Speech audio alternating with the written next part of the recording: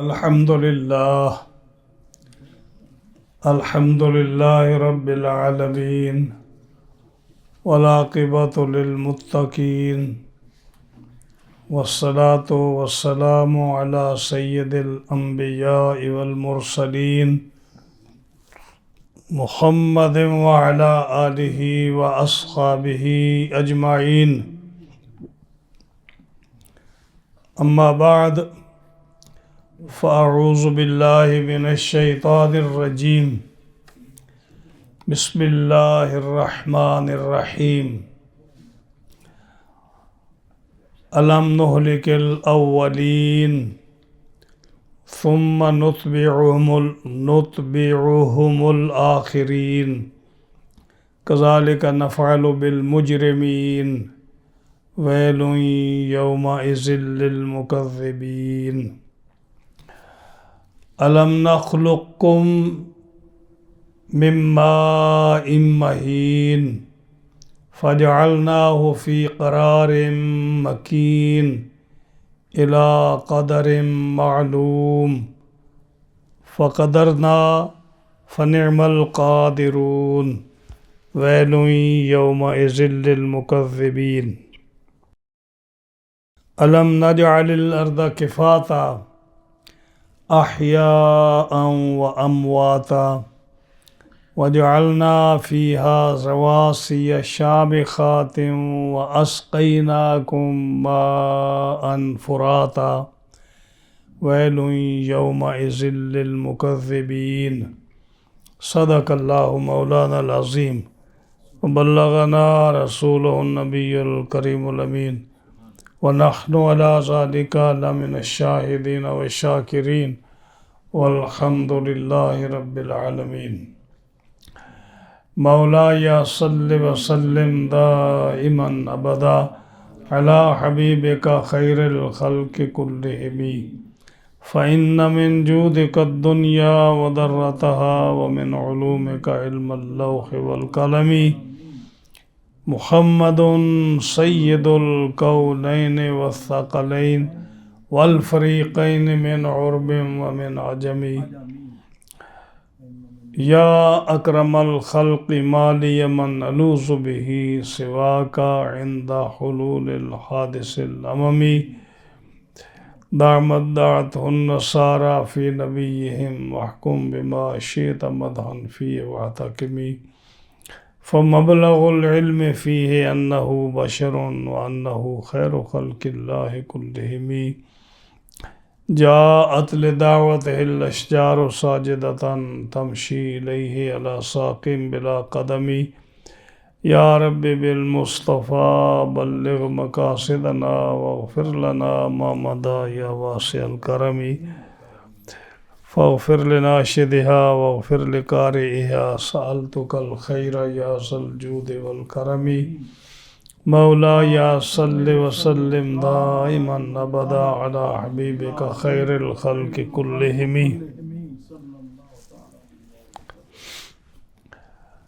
معززین حاضرین و سامعین اکرام، جمعۃ المبارک کے اس ہفتہ وار درس قرآن میں آج ہم نے سورۃ مرسلات کی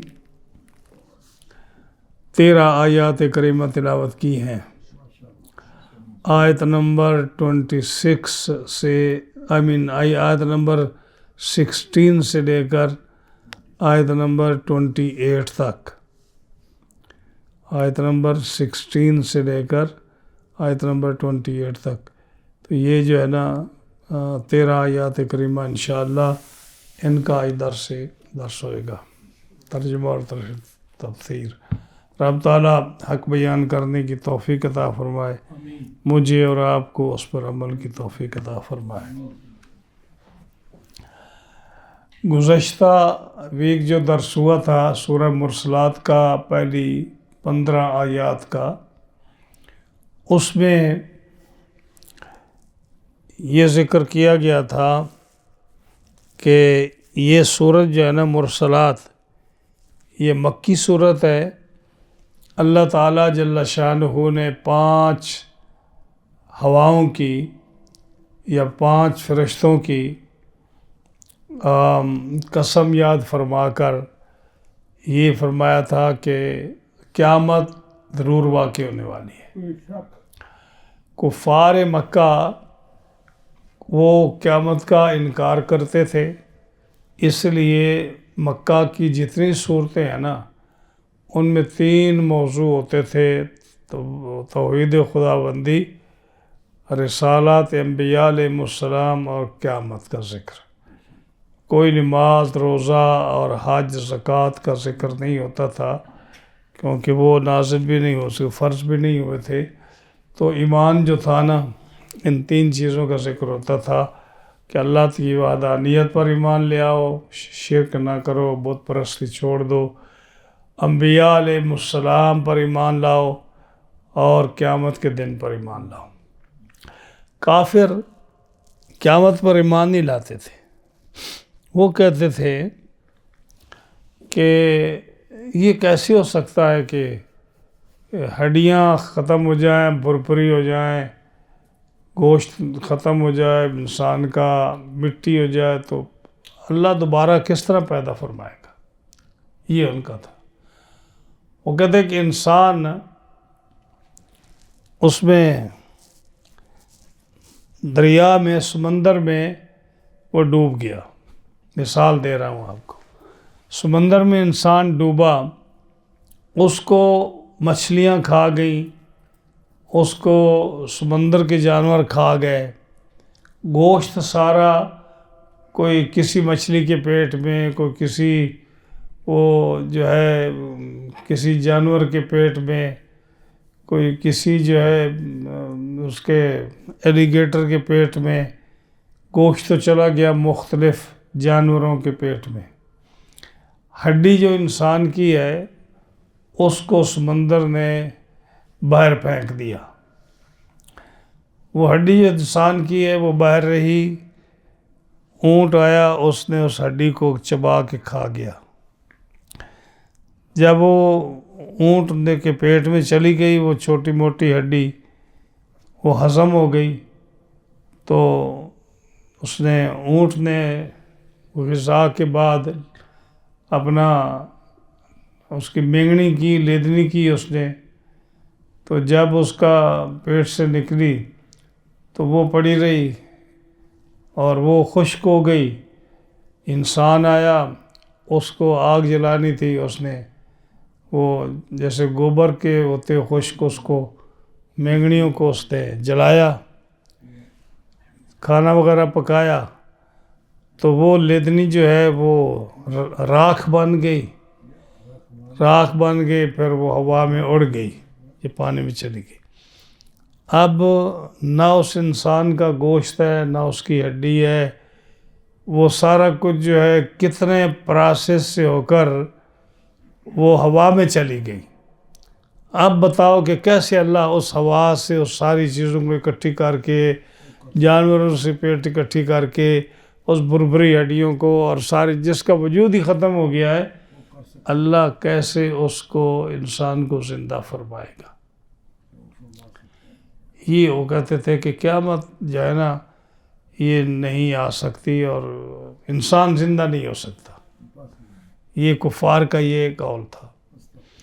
اللہ تعالیٰ جل شانہ نے اس صورت میں اور باقی صورتوں میں بھی، جتنے کتنی صورتیں جس میں قیامت کا ذکر بڑے مختلف دلائل کے ساتھ مختلف انداز میں اللہ نے قیامت کو ذکر کیا اور انسان کے زندہ کرنے کا۔ ہاں جی، سورہ واقعہ میں کیا فرمایا؟ وَلَقَدْ عَلِمْتُمُ النَّشْأَةَ الْأُولَىٰ، ہاں جی، کہ تمہیں پتہ ہے کہ نشأ اولیٰ یعنی جب انسان پہلی دفعہ پیدا ہوا، یہ نشأ اولیٰ ہے۔ جب پہلی دفعہ انسان پیدا ہوا وہ مشکل تھا، یا اسی طرح کا انسان دوبارہ زندہ کرنا مشکل ہے؟ ہاں جی، تو اللہ نے وَلَقَدْ عَلِمْتُمُ النَّشْأَةَ الْأُولَىٰ، پہلے انسان نے اس کو پیدا کیا، اور یہ نشأ اخریٰ ہے، یہ دوسری بار ہے۔ اسی طرح جب پہلا مشکل ہوتا ہے دوسرا تو پھر مشکل ہے ہی نہیں، اور تم جو ہے نا تم کون سے چکروں میں پڑے ہو؟ تو مختلف جو ہے نا، اب اس میں بھی قسمیں یاد فرما کے رب تعالیٰ نے فرمایا کہ قیامت ضرور آئے گی۔ جب انہوں نے انکار کیا تو رب نے کیا فرمایا؟ الم نہلک الاولین. کیا یہ جو ہے نا یہ استفہام انکاری ہے. استفہام انکاری یہ ہوتا ہے کہ جیسے ہم اپنی زبان میں کہتے ہیں آپ کو یہ پتہ نہیں ہے. یہ جو اس انداز میں کہا جائے نا اس کو استفہام انکاری کہتے ہیں. تو کیا الم نہلک الاولین کیا معنی؟ کیا ہم نے پہلوں کو ہلاک نہیں کیا؟ یعنی اے کفار مکہ، قوم فرعون، قوم نوح، قوم عاد، قوم سمود، قوم شعیب، قوم لوط، یہ کتنی قومیں تھیں؟ یہ ساری قیامت کی منکر تھی. ہاں جی، یہ قوم جو تھی حضرت نوح علیہ السلام کی قوم نوح، وہ قیامت کی منکر تھی. تو کیا ہم نے اس کو ہلاک نہیں کیا؟ الم نہلک الاولین، پہلوں کو ہم نے ہلاک نہیں کیا. ثم نتبعہم الآخرین، جو ان کے بعد آنے والی ہیں ہم نے ان کی طرف ہم ان کو ملائیں گے. یعنی قوم نوح ہلاک ہوئی، قیامت کے منکر تھی. اس کے بعد قوم عاد اس کے پیچھے آئی، ہم نے اس کو بھی ہلاک کیا. اس کے بعد قوم سمود آئی، ہم نے اس کو بھی ہلاک کیا. ان کے بعد قوم شعیب آئی، ہم نے ان کو بھی ہلاک کیا.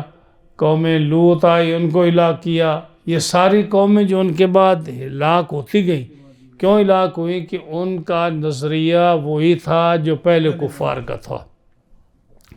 تو ہم نے ان کو ہلاک کیا. تو اے کفار مکہ، تم میرے محبوب علیہ السلام کے زمانے میں ہو، تمہارا کیا خیال ہے کہ ہم تمہیں چھوڑ دیں گے؟ اگر تمہارا بھی وہی عقیدہ رہا جو پہلی قوموں کا تھا، قوم نوح کا، قوم عاد کا، قوم سمود کا، تو ہم تمہیں بھی عذاب دیں گے. کیا فرمایا؟ کذالک نفعل بالمجرمین، ہم مجرموں کے ساتھ اسی طرح کرتے ہیں. لیکن فرق یہ ہے کہ قوم نوح پر، قوم عاد، قوم سمود پر، قوم لوط پر، قوم شعیب پر آسمانی عذاب آیا. آسمان سے بادل آیا قوم عاد پر، ان کو استتباہ کیا. قوم سمود پر جو ہے جبریل نے چیخ ماری اور آگ نکلی، اس سے تباہ ہوئے. قوم نوح جو ہے ان سے آسمانوں پر بارش آئی، زمین سے پانی نکلا، وہ تباہ ہوئی. اور قوم لوط جو ہے اس کو فرشتہ آسمانوں پر لے گیا بستیوں کو، اس کو الٹا اس طرح عذاب آیا. یعنی ان قوموں پر جو عذاب آیا وہ آسمان سے عذاب آیا. اور کفار مکہ جو ہے تمہارے اوپر جو عذاب آئے گا تو آسمان سے عذاب نہیں آئے گا، آسمان سے عذاب نہیں آئے گا. اس ابو جہل نے اور دوسرا کافر جو تھا اس نے کعبے کا غلاف پکڑا اور کہا اللہم، اے اللہ. دیکھو اللہ کو مانتے تھے وہ بھی.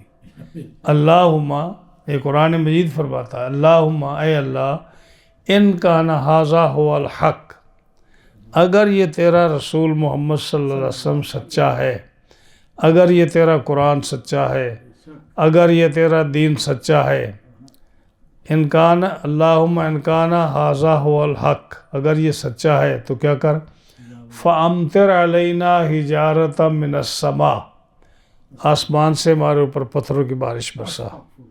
یہ وہ کہہ رہا ہے کعبے کا غلاف پکڑ کر، ہمارے اوپر آسمان سے پتھروں کی بارش برسا. او ائتنا بعذاب علیم، یا ہمیں کوئی سخت دردناک تکلیف والا عذاب پہنچا. اب یہ تو سچی بات ہے کہ رسول اللہ سچے ہیں صلی اللہ علیہ وسلم، دین سچا ہے، قرآن سچا ہے. کعبے کا غلاف پکڑ کر وہ مانگ رہا ہے، اللہ سے مانگ رہا ہے. اب بات تو سچی تو یہ ہے کہ اس پر عذاب آنا چاہیے، لیکن اللہ فرماتا ہے وَمَا كَانَ اللَّهُ لِيُعَذِّبَهُمْ وَأَنْتَ فِيهِمْ، ہم عذاب ان کو نہیں دیں گے اس لیے کہ آپ ان میں ہو. رسول اللہ صلی اللہ علیہ وسلم میں ہے تو ہم عذاب نہیں دیں گے ان کو۔ اب عذاب جو آئے گا نا وہ آسمانی عذاب نہیں آئے، اس نے کہا کہ آسمان سے پتھروں کی بارش برسا، تو آسمان سے عذاب نہیں آئے گا۔ عذاب کون سا ہوگا؟ مسلمانوں کی تلوار ہوگی، کافروں کی گردنیں ہوں گی، یہ عذاب ہوگا۔ اور اس کا قرآن مجید میں بھی اس کا ذکر فرمایا کہ ہم تمہیں عذاب دیں گے۔ وہ کون سا؟ دیکھو کہ بدر میں 70 کافر مارا گیا، احد میں مارے گئے، اور خندق میں ان کو ذلت ہوئی۔ تو یہ جو بدر میں مارے گئے نا بڑے بڑے کافر، صنادید قریش، بہت بڑے بڑے سردار 70 مارے گئے، ان کی کمر ٹوٹ گئی۔ تو فرمایا کہ کذالک نفعل بالمجرمین، ہم آپ کے اوپر آسمانی عذاب تو نہیں بھیجیں گے، لیکن اسی طرح مجرموں کو ہم اسی طرح کرتے ہیں کہ ان کو ہلاک کرتے ہیں۔ تو کہا اے کفار مکہ، اگر تم قیامت پر ایمان نہیں لاؤ گے تو ہم بھی تمہارے ساتھ اسی طرح کریں گے جیسے پہلی امتوں کے ساتھ کیا، یعنی تمہیں ہلاک کریں گے جس طریقے سے بھی کریں گے۔ ویل یومئذ للمکذبین، ویل ہے جہنم کی وادی والا عذاب اس دن ان لوگوں کے لیے جو ان چیزوں کو جھٹلاتے ہیں۔ یہ جو ہے نا ویل یومئذ للمکذبین، یہ سیکنڈ ٹائم آیا ہے۔ ہر 10 دفعہ آئے گا نا اس صورت میں، ہر دفعہ اس کا جو مضمون ہوگا نا اس سے پہلی آیتوں کا وہ پہلی سے ڈیفرنٹ ہوگا۔ پہلی جب آیا پہلی دفعہ ویل یومئذ للمکذبین، تو وہ آیا کہ جو ہے نا قیامت کا دن جب آئے گا اللہ رسولوں کو جمع کرے گا، جو ہے ستاروں کی روشنی ختم ہو جائے گی، بادل کیا نام ہے پہاڑ جو ہے یہ روئی کی طرح ہوا میں اڑیں گے، زمین جو ہے آسمان میں سوراخ ہو جائیں گے، ہاں جی رسول جمع ہو جائیں گے، گواہی لیں گے، ہاں جی یہ سارا کہتے کہ وہ فیصلے کا دن ہے۔ اور تمہیں کیا پتا کہ وہ فیصلے کا دن کتنا عذاب والا ہے؟ یاد رکھو اے کفار، تم ان چیزوں کو نہیں مانتے نا، تو دیکھ لینا اس دن ویل اور عذاب ہے اور خرابی ہے ان لوگوں کے لیے جو قیامت کے دن کو جھٹلاتے ہیں۔ اب ویل یومئذ للمکذبین یہاں آیا سیکنڈ ٹائم، اس میں کیا ہے کہ پہلی امتیں ختم ہو گئیں، ان کو ہلاک کیا، تمہیں بھی عذاب دیں گے ہم۔ تو جو اللہ کی اس بات کو نہیں مانتا اور پہلی امتوں سے پہلی قوموں کی ہلاکت سے وہ سبق حاصل نہیں کرتا، قیامت کے دن ہم ان کو ایسا عذاب دیں گے کہ جو قیامت کا منکر ہے جو سخت ترین عذاب ہوگا۔ آگے فرمایا الم نخلقکم من ماء مہین، یعنی جو کافر تھے نا وہ کہتے تھے کہ اللہ کیسے کیا قیامت کے دن انسان کو دوبارہ زندہ کرے گا۔ اللہ فرماتا ہے کہ سورہ دہر میں بھی فرمایا اور صورتوں میں بھی فرمایا، ہاں جی، اور قرآن مجید نے بہت ساری جگہوں پہ یہ بات فرمائی۔ الم نخلقکم من ماء مہین، کیا یہ بھی استفہام تقریری ہے کہ انکاری ہے؟ کہا کہ کیا ہم نے تمہیں ایک گندے قطرے سے ہم نے پیدا نہیں کیا؟ الم نخلقکم، کیا ہم نے پیدا نہیں کیا تمہیں من ماء مہین، ایک پانی کے ایک بے قدرے قطرے سے۔ ماء پانی، مہین بے قدرہ، یعنی جو کپڑے پر لگ جائے تو ناپاک، جسم پر لگ جائے تو ناپاک، ہاں جی، اور جو ہے نا اس کو بے قدرے پانی سے ہم نے تمہیں پیدا کیا، یہ نہیں کیا۔ کوئی انسان جتنا مرضی وہ شرافت والا ہو، عزت والا ہو، چھوٹا ہو، بڑا ہو، امیر ہو، غریب ہو، جو بڑا سیاستدان ہو، کوئی بھی ہو، پانی کے قطرے سے ہم نے پیدا نہیں کیا تمہیں۔ اپنی حقیقت دیکھو، سورہ دہر میں بھی کیا فرمایا؟ انا خلقنا الانسان من نطفہ امشاج نبتلیہ فجعلناہ سمیعا بصیرا، ایک پیشاب کے قطرے سے، منی کے قطرے سے ہم نے تمہیں پیدا کیا اور پھر تمہیں سمیع بنایا، بصیر بنایا، تو اتنی شان دی تمہیں، اتنا بڑا آدمی بن گیا تو، پہلے اپنی حقیقت تو سوچ کہاں سے بنا ہے۔ یہاں بھی فرمایا کہ تم قیامت کا انکار کرتے ہو، کیا آپ دیکھتے نہیں کہ ہم نے تمہیں کیسے پیدا کیا؟ الم نخلقکم من ماء مہین، کیا ہم نے تمہیں پانی کے بے قدرے قطرے سے نہیں پیدا کیا؟ فجعلناہ فی قرار مکین، پھر ہم نے اس قطرے کو ایک محفوظ جگہ پر رکھا، محفوظ جگہ پر رکھا۔ الی قدر معلوم، ایک معلوم یعنی جو ہمیں معلوم تھی مدت، اس مدت تک کہ یہ تو کتنے اس پیٹ میں، اس رحم میں تو کتنے عرصہ رہے گا، ایک یعنی مدت معلوم تک۔ فقدرنا، ہم نے اندازہ، رب فرماتا کہ ہم نے اندازہ، ہمیں اندازہ ہے کہ وہ کتنا عرصہ رہے گا۔ فنعم القادرون، کہ ہم بہت اچھا اندازہ کرنے والے ہیں۔ ہاں جی، یہاں شاہ عبدالعزیز محدث دہلوی رحمۃ اللہ علیہ نے پورا پروسیس جو ہے نا انسان کی پیدائش کا بڑی تفصیل کے ساتھ دو صفحے تفسیر کے انہوں نے انسان کی پیدائش کے لکھے ہیں۔ ڈاکٹر کو بھی، آج کل کے ڈاکٹر کو بھی اتنا معلوم نہیں ہے، جو اتنے اس کے پاس مشینری ہے، اتنا نالج ہے، اور وہ ایکس رے وغیرہ اور کیا کیا کرتے ہیں مشینوں سے، ایک ایک چیز دیکھتے ہیں نا آج، تو کوئی چیز چھپی نہیں ہے۔ میں کہتا ہوں کہ شاہ عبدالعزیز محدث دہلوی رحمۃ اللہ علیہ نے اپنی تفسیر میں جو اس کی تفسیر لکھی ہے، آج کل کے ڈاکٹر کو بھی اتنا معلوم نہیں، اتنا ان کے پاس علم تھا۔ اور شاہ عبدالعزیز رحمۃ اللہ علیہ تو صرف عالم نہیں تھے، وہ تو اللہ کے ولی بھی تھے، ان کو تو دنیا کسی اور طریقے سے نظر آتی تھی۔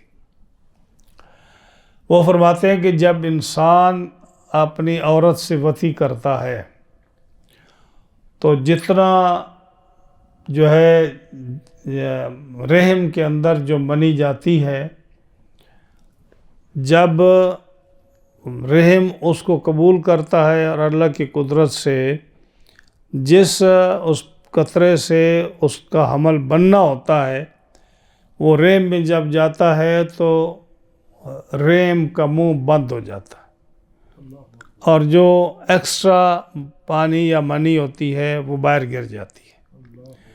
ہاں جی، جیسے آپ دیکھتے ہو نا کہ جو دریاؤں میں سپ ہوتی ہے نا، تو بارش آتی ہے تو سپ کا منہ کھلا ہوتا ہے، اور اس کے اندر بارش کے قطرے پڑتے ہیں، کسی میں 2، کسی میں 4، کسی میں 5 بارش کے قطرے پڑے۔ جس سپ میں ایک قطرہ پڑے اور اس کا منہ بند ہو جائے، اس کو در یتیم کہتے ہیں۔ جس میں ایک قطرہ پڑے وہ سب سے زیادہ قیمتی وہ ہوتا ہے، وہ در یتیم ہوتا ہے۔ جس میں 2 قطرے 3 پڑ جائے نا، وہ اتنا قیمتی نہیں ہوتا جتنا وہ ہوتا ہے ایک قطرے والا۔ تو اسی طرح فرمایا کہ جب جیسے سپی کا منہ بند ہو جاتا ہے سپ کا، اسی طرح جب رحم مادر میں منی جاتی ہے، اور جس سے اللہ نے اس انسان کو پیدا فرمانا ہوتا ہے، جب وہ اس رحم میں جاتا ہے تو رحم کا منہ بند ہو جاتا ہے، اور پھر اس کے اندر کوئی کسی قسم کا اور پانی اور منی اس کے اندر نہیں جا سکتی۔ جب وہ منہ بند ہوتا ہے تو اللہ تعالیٰ اس رحم کے اندر، یہ شاہ عبدالعزیز رحمۃ اللہ علیہ لکھ رہے ہیں کہ اس رحم کے اندر پھر اللہ تعالیٰ ایک جلی پیدا فرماتا ہے، یعنی ایک پتلا پردہ اس چمڑے کے، اس رحم کے اندر ایک پردہ پیدا فرماتا ہے، اور جو منی ہوتی ہے اس کے اندر ہوتی ہے، اور وہ پردہ جو ہے جلی جس کو بولتے ہیں، وہ عورت کے اس رحم کے ساتھ چمٹی ہوئی ہوتی ہے، اور جب وہ منہ بند ہو جاتا ہے تو وہ اتنا نرم ہوتا ہے کہ جس سے انسان کی اس کی قطرے، جب بچے کی نشو و نما ہوتی ہے تو اس کی انتڑیاں بنتی ہیں، اس کی رگیں نکلتی ہیں، یعنی وہ اتنا سافٹ ہوتا ہے کہ اس کے اندر اس کی موومنٹ ہوتی رہتی ہے، جو کچھ پیدا ہونا ہے وہ ہوتا ہے۔ پھر رب تعالیٰ جل شانہ اس رحم سے لے کر عورت کی ناف تک ایک اور جھلی پیدا فرماتا ہے، اور اس کا مقصد یہ ہوتا ہے کہ جب بچہ رحم میں ہوتا ہے تو اس کی نشو و نما جب ہوتی ہے تو جو اس کا فضلہ ہوتا ہے، جب وہ جو ہے ماں کا خون پیتا ہے تو اس کی جو فضلہ ہوتا ہے وہ اس ناڑو کے ذریعے سے ناف تک جاتا ہے، جہاں آپ نے دیکھا ہوگا کہ ماں کی ناف کے ساتھ ناڑو تک ہوتا ہے، وہ ایک وہ جھلی ہوتی ہے، دو ہو گئی۔ اس کے بعد ایک تیسری جھلی اللہ تعالیٰ اور پیدا فرماتا ہے جو اس کے اراؤنڈ ایک اور ہوتی ہے، اور یہ تین جھلیاں جو ہوتی ہیں نا، اس کو قرآن مجید کی سورہ زمر میں رب تعالیٰ فرماتا ہے فی ظلمات ثلاث، فی ظلمات ثلاث، کہ جب بچے کو ہم پیدا کرتے ہیں تو وہ 3 اندھیروں میں ہوتا ہے۔ یہ 3 جھلیاں جو ہے نا، یہ 3 اندھیروں میں بچہ پیدا ہوتا ہے۔ اب وہ جو ہے سورہ مومنون میں اور سورہ حج میں اور بھی کئی مقامات پر بچے کی پیدائش کا اکثر ذکر آتا ہے کہ جب وہ منی کا قطرہ ماں کے رحم میں جاتا ہے تو 40 دن وہ پراسد رہتا ہے، اور وہ جو ہے نا اس کے بعد وہ قطرہ، وہ منی کا وہ خون بنتا ہے۔ پھر 40 دن وہ خون جو ہے وہ بوٹی میں تبدیل ہوتا ہے، ہاں جی، پھر وہ 40 دن جو ہے پھر وہ ہڈی میں تبدیل ہوتا ہے 40 دن، تو 40 40 80 اور 40 120 دن تک اس کے اندر کوئی جان نہیں ہوتی، اس کی کوئی شکل و صورت نہیں ہوتی، اور وہ بے جان ہوتا ہے۔ اس وقت اللہ تعالیٰ ایک فرشتہ بھیجتا ہے، جس کو حدیث میں آتا ہے، آپ نے سنا ہوگا، فرشتہ بھیجتا ہے، وہ 4 چیزیں لکھتا ہے روح پھونکنے سے پہلے۔ جب فرشتہ اس میں آتا ہے وہ لکھتا ہے کہ اس کی عمر کتنی ہوگی، اس کی عمر کتنی ہوگی۔ اس وقت جو لکھی ہوئی ہے، یہ دنیا میں آنے کے بعد انسان اتنی عمر گزارے گا جتنی اس فرشتے نے لکھی ہے۔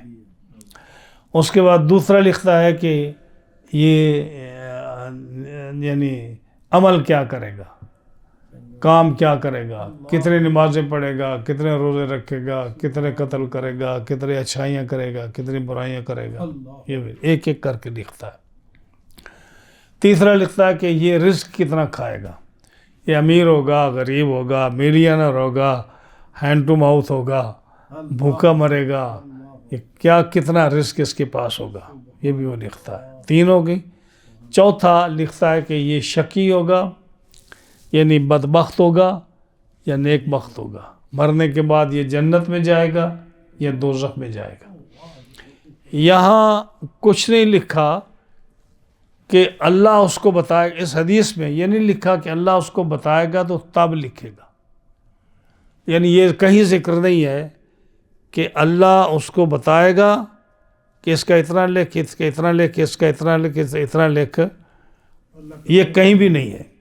لیکن ہمارا ایمان ہے کہ فرشتہ ہو، اس کو جتنا علم ہے اس کو اللہ دے کر بھیجتا ہے کہ یہ چیزیں لکھ دوں۔ ہر دفعہ وہ کہے نہ کہے، یا اگر کہتا ہے تو ہمیں معلوم نہیں کس وقت کہا کس وقت نہیں کہا، یعنی وہ فرشتہ یہ 4 دن لکھتا۔ اب دیکھو نا کتنی باتیں کہ پوری زندگی کے اس کے عمل لکھ، کہ اس نے اچھا کس جگہ کرنا ہے، برا کس جگہ، نیکی بدی کو بے انتہا ہے، یعنی بے شمار نیکیاں بے شمار بدیاں جو انسان کرتا ہے۔ رزق کا ایک ایک دانہ جو ہے وہ جو کھائے گا پوری زندگی میں، وہ سارا فرشتہ لکھے گا۔ ہاں جی، اب جب اللہ نے اس کو بھیجا ہے تو ظاہر علم دے کر بھیجا ہے نا، کتنا علم اس فرشتے کے پاس ہے جو اس کو لکھ رہا ہے کہ یہ اتنا دانہ کھائے گا، اتنا پانی پیے گا، اتنا رزق کھائے گا، اتنے عمل کرے گا، اتنے سال رہے گا۔ کبھی آپ نے کسی کو اعتراض کرتے ہوئے سنا کہ فرشتے پر کس نے اعتراض کیا کہ اس کو کیسے پتہ چل گیا؟ یہ شرک ہے۔ کہیں یہ جانی کہ اللہ نے اس کو علم دیا یا نہیں دیا، یہ کہیں بھی نہیں ہے۔ لیکن مسلمان کا ایمان ہے کہ اس کو علم کس نے دیا ہے؟ رسول کے ساتھ لوگوں کی اتنی دشمنی ہے، رسول صلی اللہ علیہ وسلم کے ساتھ اتنی دشمنی ہے کہ آپ ذرا سی آپ ان کے فضائل کی بات کرو نہیں، فوراً آ جائے گا کہ یہ تو شرک ہو گیا، یہ تو کفر ہو گیا، یہ تو بڑا گناہ ہو گیا جی، اللہ نے کب بتایا، اللہ نے کیسے بتایا؟ یہاں کوئی ہے ذکر اس کا؟ آپ ذرا غور کریں۔ یہ اب اگر آپ وہ حدیثیں پڑھیں جہاں ان چیزوں کا ذکر ہے، آپ کو پتہ چلے گا کہ یہ رسول سے کتنی دشمنی کرتے ہیں۔ ہاں جی، حالانکہ کسی بھی شخص کا یہ عقیدہ نہیں ہے اہل سنت کا کہ رسول اللہ صلی اللہ علیہ وسلم بذات خود جانتے ہیں۔ کبھی آپ نے کہا یا سنا کہ وہ کہہ کہ جی اللہ نے علم نہیں دیا لیکن رسول خود بخود جانتا ہے؟ جتنا اللہ نے دیا اتنا رسول اللہ صلی اللہ علیہ وسلم جانتے ہیں۔ اب کتنا دیا یہ پیمانہ تو نہ میرے پاس ہے نہ تمہارے پاس ہے، جتنا بھی اس نے دیا، ہاں جی، یا دینے والا جانے یا لینے والا جانے۔ ہاں جی، تو اب دیکھو فرشتہ جو ہے وہ لکھ رہا ہے 4 چیزیں۔ جب لکھنے کے بعد نبی کریم علیہ السلام نے فرمایا پھر فرشتہ اس میں روح پھونکتا ہے 120 دن کے بعد۔ کتنے مہینے ہو گئے؟ 4 مہینے کے بعد روح آتی ہے۔ اسی لیے 4 مہینے سے پہلے اگر کوئی اب نارمل بچہ ہو یا کوئی جو ہے اس کو کپل کو، میاں بیوی کو کوئی مشکل، کوئی پرابلم کوئی ہو کیس ایسا، تو اگر وہ ابورشن کرائیں تو ان پر قتل نہیں ہے، گناہ نہیں ہے۔ سمجھ آئی نا میری بات؟ مسئلہ آپ کو یہ بڑا چھڑتا ہے، لیکن جب روح پڑ جاتی ہے اس کے بعد آپ اگر ابورشن کریں گے، بچہ ضائع کریں گے تو قتل آپ کے ذمہ لگے گا۔ اب رسول اللہ صلی اللہ علیہ وسلم نے فرمایا کہ جب روح پڑ جاتی ہے اور پھر جو ہے نا انسان پیدا ہوتا ہے تو نبی کریم علیہ السلام نے فرمایا انسان دنیا میں آتا ہے اور وہ جنتیوں والے عمل کرتا ہے، جنتیوں والے کام کرتا ہے، حج کرتا ہے، نماز پڑھتا ہے، روزے رکھتا ہے، جہاد کرتا ہے۔ جب وہ جنتیوں والے عمل کرتے کرتے اتنا فاصلہ رہ جاتا ہے جنت سے، یعنی قریب ہونے لگتا ہے، تو وہ کوئی ایسا کام کرتا ہے جہنمیوں والا کہ وہ جنت اس سے ختم ہو جاتی ہے، اور اتنا فاصلہ کرنے میں جو وہ غلط کام کرتا ہے تو اس کا خاتمہ کس پر ہوتا ہے؟ جہنمیوں پر۔ وہ جہنم چلا جاتا ہے۔ کیوں؟ کہ جو فرشتے نے لکھا ہے وہ غالب آ جاتا ہے، اس وقت وہ غالب آ جاتا ہے، کیوں؟ اس نے لکھا ہے نا کہ یہ جہنمی ہے، یہ جنتی ہے، کہ ساری عمر جنت والے عمل کرے گا، اتنا فاصلہ رہ جائے گا جنت سے، تو وہ کوئی ایسا کام کرے گا جس سے جہنم اس پر واجب ہو جائے گی، وہ جہنمی ہو جائے گا۔ فرمایا دوسرا شخص جو ہے وہ جہنمی والے کام ساری عمر کرے گا، جس جب جہنم اتنی دور رہ جائے گی تو کوئی ایسا وہ جنت والا کام کرے گا کہ خاتمہ اس کا ایمان پر ہوگا، وہ جنتی ہو جائے گا۔ یہ دیکھو کہ کافر ساری عمر کافر رہا، اللہ رسول کی دشمنی کی، جس ملک میں آپ رہتے ہو، یورپ میں، ان ملکوں میں یا کسی اور جہاں بھی ہے، تو یہ لوگ دیکھو آخری عمر میں آ کر جب مسلمان ہو جاتے ہیں تو کتنے اچھے مسلمان ہو جاتے ہیں، اور جب مومن جو ہے یہ ساری زندگی اچھے عمل کرتا ہے، آخر میں ایسا کفریہ بات کرتا ہے کہ جہنمی چلے جاتا ہے۔ یہ بخاری اور مسلم اور سیاستہ کی حدیث ہے۔ تو یہ ہے جو لکھا ہوا غالب آ جاتا ہے۔ تو آپ کیا فرمایا؟ اللہ فرماتا ہے الم نخلقکم من ماء مہین، کیا ہم نے تمہیں پیدا نہیں کیا بے قدرے پانی سے، پھر ہم نے بنایا اس کو قرار مکین میں، ماں کے ریم میں ایک محفوظ جگہ پہ رکھا۔ محفوظ جگہ پہ کیسے رکھا؟ کہ قطرہ منی کا ہے، عورت حاملہ ہوئی، اس کے بعد آپ دیکھو کہ عورت اس حمل کی کتنی حفاظت کرتی ہے۔ اگر اللہ تعالیٰ جل شانہ پہلے دن ہی یا دوسرے دن ہی یا چوتھے دن ہی 4 پاؤنڈ کا وہ وزن ڈال دیتا تو عورت سروائی کر سکتی ہے؟ ہاں جی، رب تعالیٰ اس قطرے کو 120 دنوں میں بالکل اس کو معمولی وزن اس کا کرتا ہے، پھر وہ 9 مہینے یا 7-8 مہینے جو اس کو آہستہ آہستہ بڑھتا ہے، اور ماں کے اندر وہ قوت اس کی برداشت کی پیدا فرماتا ہے. ماں اس کو جو ہے نا بڑے محبت اور سکون سے اس کو پالتی ہے. یعنی جیسے بچے کو ماں پیار کرتی ہے اس سے زیادہ وہ اپنے رحم والے بچے کو پیار کرتی ہے. اکثر آپ نے دیکھا ہوگا کہ وہ کتنی حفاظت کرتی ہے، کہ کتنی اس کی خوشی ہوتی ہے، کتنی اس کی امید ہوتی ہے کہ میرے ہاں ابھی ہم نے دیکھا کچھ بھی نہیں ہے، یہ اللہ تعالیٰ نے ایسی محبت پیدا فرما دیتا ہے. فرمایا نا کہ فجعلناہ فی قرار مکین، قرار سکون، مکین ایک اچھی محفوظ جگہ پر ہم اس کو رکھتے ہیں. ہاں جی، اور اس کے اندر جتنی وہ حفاظت کرتی ہے اتنی کوئی بھی حفاظت نہیں کر سکتا. اب وہ جو ہے آگے فرمایا الی قدر معلوم، ایک معلوم اندازے تک، یعنی وہ کتنے جو تھوڑی سے تھوڑی مدت ہے نا حمل کی، وہ 6 مہینے ہے. تھوڑی سے تھوڑی مدت کتنی ہے؟ 6. یعنی اگر 6 مہینے میں بچہ پیدا ہو تو آپ اس عورت پر کوئی الزام نہیں لگا سکتے، کیونکہ حسنین کریمین میں سے حضرت امام حسین جو تھے ان کی عمر 6 ماہ تھی. 6 مہینے میں تو 6 مہینے میں آپ کوئی الزام نہیں لگا سکتے کہ اگر 6 مہینے میں بچہ پیدا ہو تو آپ نہیں الزام لگا سکتے. فرمایا قدر میں 6 مہینے تھوڑی سے تھوڑی، نارمل مدت 9 مہینے. جی، نارمل مدت 9 مہینے، کبھی 8 مہینے، کبھی 8.5 مہینے، کبھی 9.5 مہینے، 9.25 مہینے. زیادہ سے زیادہ مدت 2 سال، 4 سال بھی ہے. یعنی 2 سال بھی بچہ جو ہے نا پیٹ میں رہ سکتا ہے. اور ایک بہت بڑے محدث گزرے ہیں جن کا نام ضحاک ہے. ضحاک کہتے ہیں ہنسنے والے کو. یہ جب پیدا ہوئے تو ان کے دانت نکلے ہوئے تھے اور ہنس رہے تھے، اس لیے ان کو ضحاک بولتے ہیں. وہ 4 سال کے بعد پیدا ہوئے، 4 سال ماں کے پیٹ میں رہے حضرت ضحاک جو ہے. تو کم سے کم 6 مہینے.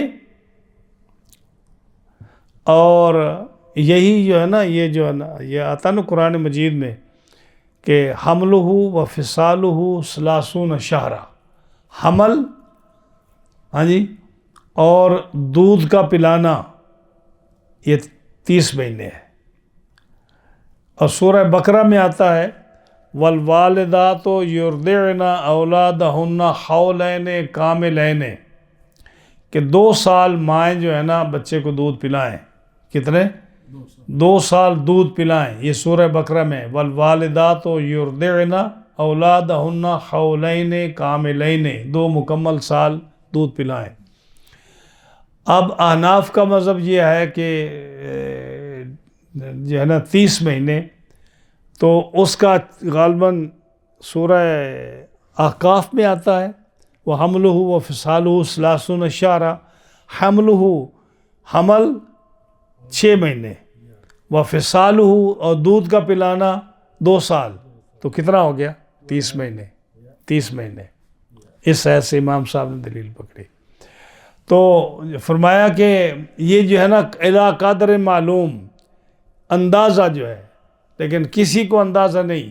1 دن 2-4 دن ہفتہ نیچے اوپر جو ہوتا ہے اللہ کو معلوم ہے کہ کتنا اندازہ اس نے رکھا ہے. فقدرنا، رب فرماتا فقدرنا، ہمیں اندازہ ہے. کیوں؟ فنعم القادرون، ہم بہت اچھا اندازہ لگانے والے ہیں. کسی کو کیا پتا؟ جس کی مخلوق ہے اس کو پتا ہے کہ ہم نے کتنا اندازہ کہ بچے کو پیدا کرنا ہے، کتنی دیر میں اس نے رہنا ہے. ویل یومئذ للمکذبین.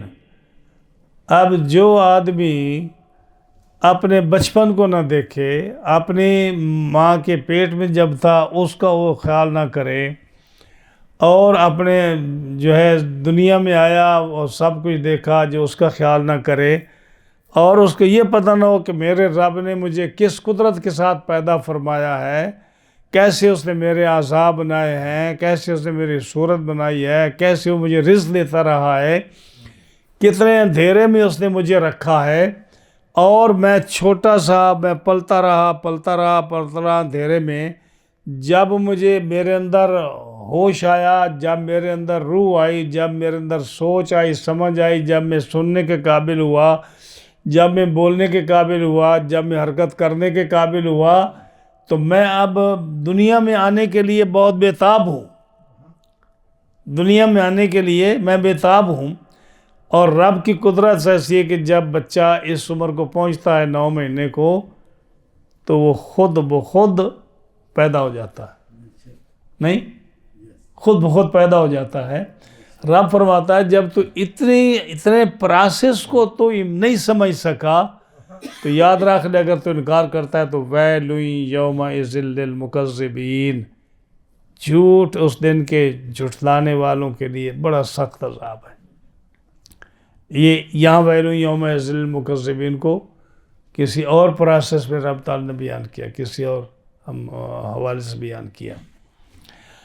آگے فرمایا الم نجعل الارض کفاتا، کیا ہم نے زمین کو تمہارے لیے کفت نہیں بنایا؟ کفت کہتے ہیں ظرف کو۔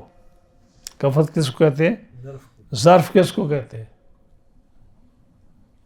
اب یہ تو بتا دو، آسان ہے، اردو کو لفظ ہے۔ ظرف کس کو کہتے ہیں؟ نہیں پتا؟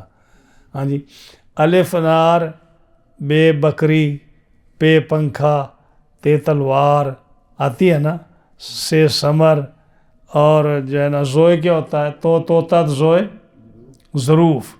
اگر آپ کو قاعدہ یاد ہو تو ظروف جہاں لکھا ہے وہاں برتن پڑے ہوتے ہیں، نہیں پڑے ہوتے؟ قاعدہ یاد ہے آپ کو؟ ہم تو یاد ہے ابھی تو۔ ہاں، تو ظروف کس کو کہتے ہیں؟ برتن کو۔ تو ظرف کس کو کہتے ہیں؟ برتن کو۔ یہ مولانا صاحب جانتے ہیں کہ ظرف بھی 2 قسم ہے، ایک ظرف زمان ہے، ایک ظرف مکان ہے۔ یہ جو دن ہے، کتنے گھنٹے ہوتے ہیں دن کے؟ دن رات کے؟ تو 24 جو ہے نا، یہ زمانے کا برتن ہے، یعنی دن جو ہے 24 گھنٹے سے اوپر نہیں جائے گا۔ تو 24 گھنٹے کیا ہے؟ ظرف ہے ایک دن کا۔ سال کے کتنے دن ہوتے ہیں؟ 365۔ تو 365 جو ہے یہ وقت کا برتن ہے سال کے لیے۔ مہینہ کتنے دن کا ہوتا ہے؟ 30 دن کا۔ تو 30 دن جو ہے نا، یہ ظرف ہے، یہ برتن ہے مہینے کا۔ پانی جب برتن پانی کے اندر پانی ڈالیں تو پانی جب باہر نہ گرے، گھڑے کے اندر رہے، گلاس کے اندر رہے، تو اس کا مطلب ہے کہ گلاس ظرف ہے کس کے لیے؟ پانی کے لیے۔ گھڑا ظرف ہے پانی کے لیے، تو باہر نہیں نا گرتا۔ تو اسی طرح سال کا جو ہے نا 365 دن، وہ 365 دن ظرف ہے سال کا، 30 دن ظرف ہے مہینے کا، 24 گھنٹے ظرف ہے دن کا۔ سمجھ آئی نا؟ یہ ظرف زمان ہے۔ ظرف مکان کیا ہے؟ جیسے یہ مسجد میں بیٹھے ہیں، یہ مکان جو ہے نا مسجد، یہ ظرف مکان ہے، یعنی اس بلڈنگ کے اندر ہم بیٹھے ہیں، تو یہ ہمارے اوپر بلڈنگ ہے، کمرہ ظرف ہے۔ ہاں جی، اسی طرح جو ہے یہ آپ باہر رہتے ہیں، اگر باہر چلے جائیں کھلے میدان میں، تو یہ پورا جہان جو ہے ہمارے لیے ظرف ہے۔ تو یہ ظرف مکان ہے، جس کا تعلق گھڑی کے ساتھ ہے، منٹوں کے ساتھ ہے، سیکنڈوں کے ساتھ ہے، وہ ظرف زمان ہے، زمانہ۔ اور جو جگہ کے ساتھ ہے وہ ظرف مکان ہے۔ اللہ فرماتا ہے الم نجعل الارض کفاتا، کفت کہتے ہیں ظرف کو، کہ اللہ فرماتا ہے یہ بھی ظرف ہے، یہ بھی کیا نام ہے اس کا، کیا کہہ رہا تھا، استفہام ہے۔ کیا ہم نے زمین کو تمہارے لیے ظرف نہیں بنایا؟ کیا ہم نے زمین کو آپ کے لیے ظرف نہیں بنایا؟ امواتن و احیاء و امواتن، زندوں کے لیے بھی اور مردوں کے لیے بھی۔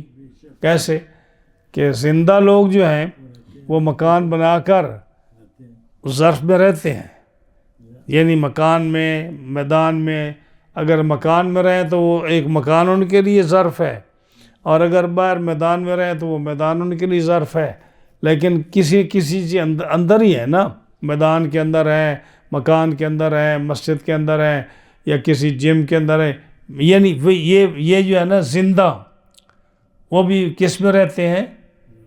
ظرف میں، مکان میں رہتے ہیں۔ تو زمین نے ان کو بھی سنبھالا ہوا ہے، زمین نے ان کو بھی سنبھالا ہوا، اور جو مر جاتا ہے تو اس کو بھی زمین نے سنبھالا ہوا ہے، اس کو بھی زمین نے سنبھالا۔ یہی اللہ فرماتا ہے، کیا ہم نے زمین، یعنی ہمارا انعام ہے، ہماری نعمت ہے مسلمانوں، لوگوں، تمہارے اوپر ہے، مخلوق تمہارے اوپر، کہ زمین کو ہم نے تمہارے لیے ظرف بنایا، وہ تمہیں سنبھال سکتی ہے، وہ اس نے تمہیں سمیٹا ہوا ہے، زندوں کو بھی اس نے رکھا ہوا ہے اپنے اندر، اور مردوں کے اوپر رکھا ہے، زندوں کو اپنی پشت کے اوپر رکھا ہوا ہے، اور مردوں کو اپنے پیٹ کے اندر رکھا ہوا ہے، لیکن سنبھالا ہوا ہے۔ احیاء امواتن، اسی طرح فرمایا کہ صرف یہی نہیں کہ تمہیں رکھا ہوا ہے، اگر تم بیمار ہو جاؤ تو تم جو ہے نا سبزی، تم جو فروٹ، یا تم کسی جو ہے درخت، یا تم کسی ویجیٹیبل، اس کو جب تم کھاتے ہو تمہاری بیماری دور ہو جاتی ہے۔ تمہیں نزلہ زکام لگتا ہے تو تم جو شاندہ بناتے ہو وہ بھی جڑی بوٹیاں ہیں، وہ کہاں سے پیدا ہوتی ہیں؟ زمین سے پیدا ہوتی ہیں۔ جب تم لیموں کا رس پیتے ہو، جو گلاس جوس کا پیتے ہو، یا مالٹے کا جوس پیتے ہو، انار کا پیتے ہو، جس سے تمہاری صحت ٹھیک ہوتی ہے، ہاں جی، تو یہ بھی زمین سے نکلتا ہے۔ فرمایا یہ زمین جو ہے نا ظرف ہے، اس طرح تمہیں سنبھالا ہوا ہے، تمہاری بیماریوں کا علاج اسی زمین میں ہے۔ تمہیں بھوک لگتی ہے تو تمہارے کھانے پہ پینے کا انتظام اسی زمین میں ہے۔ تمہیں اگر جو ہے نا سردی گرمی لگتی ہے تو تمہارے کپڑے، خوبصورتی، تمہارے لباس پہننے کے لیے، کمبل پہننے کے لیے اسی زمین سے کپاس نکلتی ہے، اور اس سے تم اپنے کپڑے بناتے ہو، جس سے تم خوبصورت بنتے ہو، تم اپنی سردی گرمی کا تم انتظام کرتے ہو۔ اور اسی زمین پر وہ جانور ہیں جو تم جن کا گوشت کھاتے ہو، اسی زمین سے سبزی نکلتی ہے جو تم کھا کر اپنا گزارا کرتے ہو۔ تو زمین ایک ایسی چیز ہے جس نے سنبھالا ہوا ہے زندوں کو بھی اور مردوں کو بھی۔ سمجھ آئی نا؟ یعنی آپ کی کوئی بھی ضرورت ہے، کوئی بھی ضرورت ہے، وہ کہاں سے آپ کو ملے گی؟ زمین سے ملے گی۔ یہ کتنی خوبصورت بات رب تعالیٰ فرماتے ہیں، الم نجعل الارض کفاتا، کیا ہم نے زمین کو تمہارے لیے کفت نہیں بنایا؟ یعنی ہر چیز تمہاری زمین نے سمیٹا ہوا ہے تمہیں۔ ہاں جی، احیاء امواتا، تمہارے مردوں کو بھی، زندوں کو بھی اور مردوں کو بھی، زندہ بھی زمین سنبھال رہی ہے اس کو، مردے کو بھی زمین سنبھال رہی ہے۔ وَجَعَلْنَا فِيهَا رَوَاسِيَ شَامِخَاتٍ، اور ہم نے اسی زمین میں بڑے بڑے پہاڑ رکھے، لنگر ڈالے۔ لنگر کا مطلب ہوتا ہے جب جہاز سمندر سے آتا ہے نا تو اس کو جب باندھتے ہیں تو بڑے بڑے زنجیر باہر پھینک دیتے ہیں، جس سے پھر وہ سمندر کی طرف نہیں جاتا، اس کو کہتے ہیں لنگر۔ جہازوں کو روکنے کے لیے جو زنجیر پھینکا جاتا ہے اس کو کیا کہتے ہیں؟ لنگر۔ تو زمین جب ہل رہی تھی، اللہ تعالیٰ نے زمین کو ساکن کرنے کے لیے اس کے اندر میخیں، کیل ٹھوکے، اور وہ کیا ہے؟ پہاڑ۔ فرمایا ہم نے اس کے اندر بڑے بڑے لنگر ڈالے، ہاں جی، شامخات، بہت اونچے سخت پہاڑ ہم نے اس کے اندر ڈالے۔ وَأَسْقَيْنَاكُمْ مَاءً فُرَاتًا، اور یہی زمین ہے جس میں ہم نے آپ کو میٹھا پانی پیش کیا، ہم نے آپ کو میٹھا پانی پیش کیا۔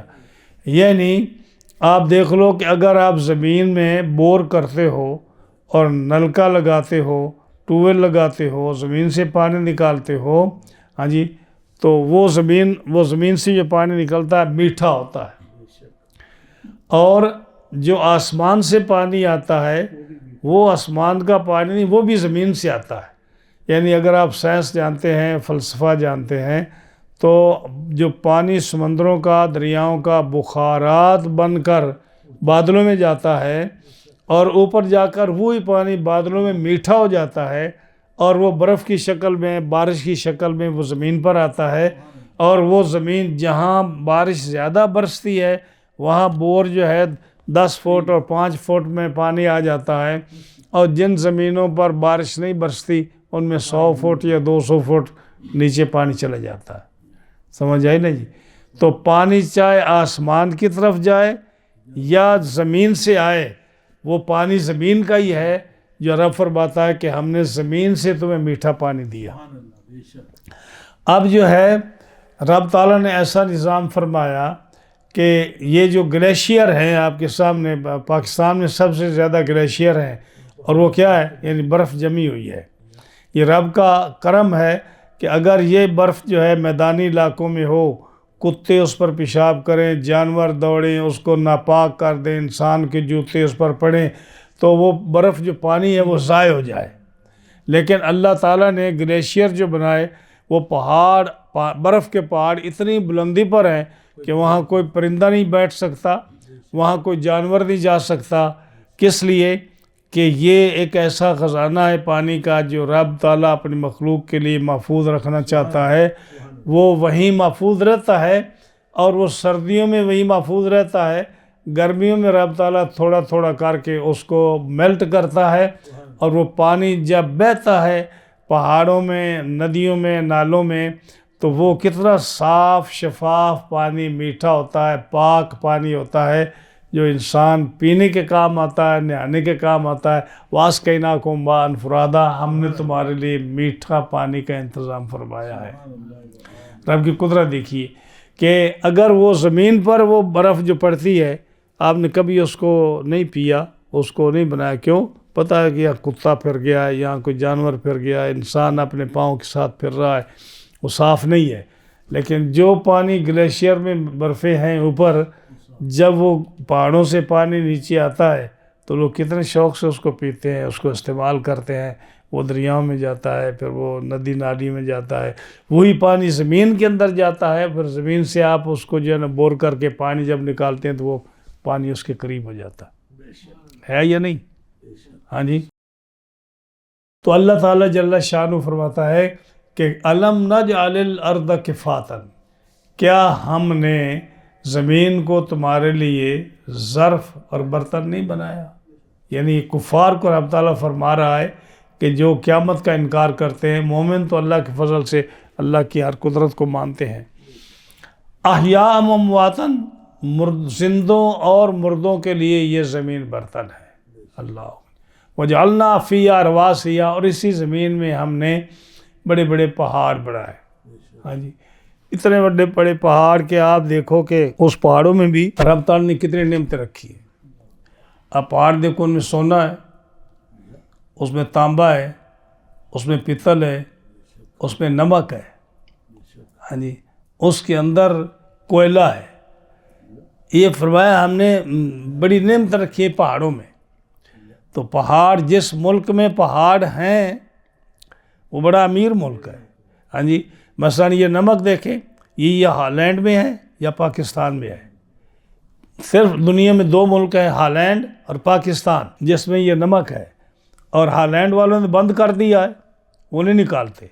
لیکن جو پاکستان کا ہے نمکین پہاڑ، وہ کتنا ہے، یعنی وہ میاں والے سے شروع ہوتا ہے اور انڈیا تک جاتا ہے۔ یہ ہمالیہ جتنا بھی ہے، یہ 100 میل لمبا، آلموسٹ 100 میل لمبا پہاڑ ہے، جو سارا اندر نمک ہے۔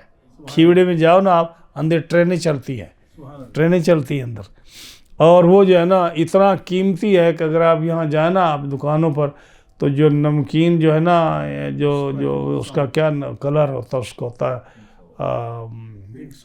اس کا یار پنک کلر کا جو نمک ہے نا، اس پر لکھا ہوا ہے پاکستان کا، پاکستان میڈ۔ اور اس کے اندر اگر آپ لیبارٹری چیک کریں، اتنے منرل اس کے اندر آلریڈی ہیں کہ وہ بیمار نہیں کرتا، آپ کو وہ بیماریوں سے شفا کرتا ہے۔ اور یہ جو وائٹ سال جو سمندر سے بناتے ہیں، اس کے اندر منرل خود ڈالتے ہیں اور یہ بیماریاں پیدا کرتا ہے انسان کا بنایا ہوا، اور وہ جو قدرتی خدا کا بنایا ہوا ہے اس سے بیماریاں دور ہوتی ہیں، اس کے اندر یہ سارے منرل موجود ہیں، اور رب کی نعمت ہے کہ اتنا بڑا اب اگر پاکستان اس کو صحیح طرح استعمال نہیں کرتا تو اس کی مرضی ہے۔ انڈیا جو ہے اسی میں نمک کو لے کر جو کھیوڑے سے جاتا ہے اس کو بنا کر باہر بیچتا ہے، پاکستان نہیں بیچتا اس کو۔ تو پہاڑوں کے اندر یہ چیزیں موجود ہیں، ہاں جی، پہاڑوں کے اندر یہ سارے منرل پہاڑوں کے اندر موجود ہیں۔ رب تعالیٰ نے کتنی نعمتیں رکھی ہیں۔ جس ملک میں پہاڑ ہیں وہ بھی بڑا امیر ہے، اور جس ملک میں سمندر ہے اس کی بھی بات پوچھنے والی ہے کہ اس کی تجارت جو ہے، جیسے قرآن مجید میں رب تعالیٰ نے فرمایا وَالْفُلْكِ الَّتِي تَجْرِي فِي الْبَحْرِ، کہ سمندروں میں ہم کشتیاں چلاتے ہیں، یہ نعمت کے طور پر ہم نے ذکر کیا۔ اِنَّ فِي خَلْقِ السَّمَاوَاتِ وَالْأَرْضِ وَاخْتِلَافِ اللَّيْلِ وَالنَّهَارِ، ہاں جی، وَالْفُلْكِ الَّتِي تَجْرِي فِي الْبَحْرِ، کہ کشتیاں سمندر میں چلتی ہیں، تو اس کو رب نے نعمت قرار دیا۔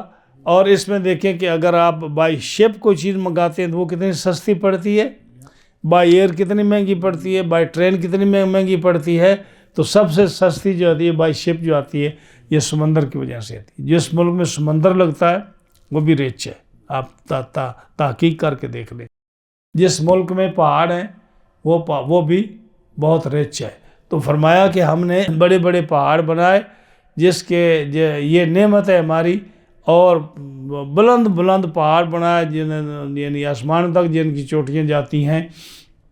وَأَسْقَيْنَاكُم مَّاءً فُرَاتًا، اور اس میں ہم نے پھر آپ کو پانی، میٹھا پانی عطا فرمایا۔ تو فرمایا جب تم میری ان نعمتوں کی ناشکری کرو گے اور تم قیامت کی انکار کرو گے اور اپنا دوبارہ تمہارا زندہ ہونا اس کا تم انکار کرو گے، تو فرمایا وَيْلٌ يَوْمَئِذٍ لِّلْمُكَذِّبِينَ، ویل جو ہے پھر ان جھوٹوں کے لیے ہے جو قیامت کے دن کو جھٹلاتے ہیں۔ تو ویل جو ہے یہ جیسے کہا کہ ایک وادی ہے جہنم میں، جیسے ایک حدیث میں آتا ہے کہ جہنم بھی پناہ مانگتا ہے، دوسرے میں آتا ہے کہ جس میں جہنمیوں کا پیپ، خون اور ان کے یہ چیزیں پڑی ہوتی ہیں، اور اس میں ان جہنمیوں کو ڈالا جائے گا، اور یا ایک پتھر ہے جس پر کہا جائے گا کہ چڑھ اس پر، تو مجرم اس پر چڑھے گا، پھسلے گا، گرے گا۔ تو یہ اللہ کے عذاب ہے، کتنے بڑے عذاب ہیں۔ اب اللہ کے فضل و کرم سے یہ سورہ مرسلات چھوٹی سی ہے، 50 اس کی آیتیں ہیں، ایک ایک آیت کی ہم نے کتنی تفسیر کی ہے، اب ہر آدمی کو اس کی سمجھ آئی ہوگی انشاءاللہ العزیز۔ اور جو قرآن مجید پڑھ کر کھول کر ترجمہ پہلے پڑھے گا پھر میری تفسیر سنے گا، اللہ کے فضل سے اس کو بڑا جو نالج آ جائے گا، وہ سمجھ جائے گا اس کو۔ اللہ تعالی ہمیں قرآن مجید سمجھنے کی توفیق عطا فرمائے۔